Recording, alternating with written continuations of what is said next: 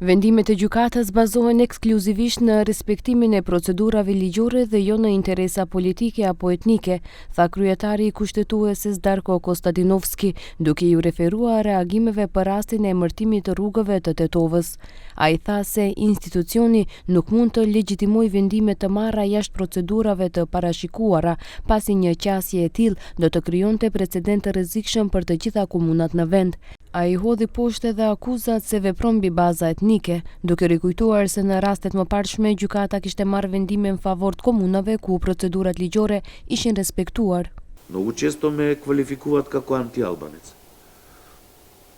Јас во тоа соопштение посочив два примера за улиците и во град и училиштата и во град Скопје и во Чаир.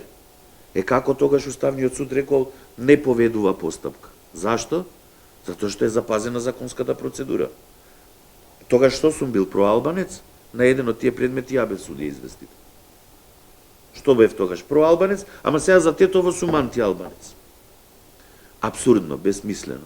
Kostadinovski deklaroi se kritikat dhe sulmet që vijnë nga politika dhe institucionet caktuara shtetërore ndaj gjykatës i sheh si treguese se institucioni po e kryen si duhet misionin e tij kushtetues.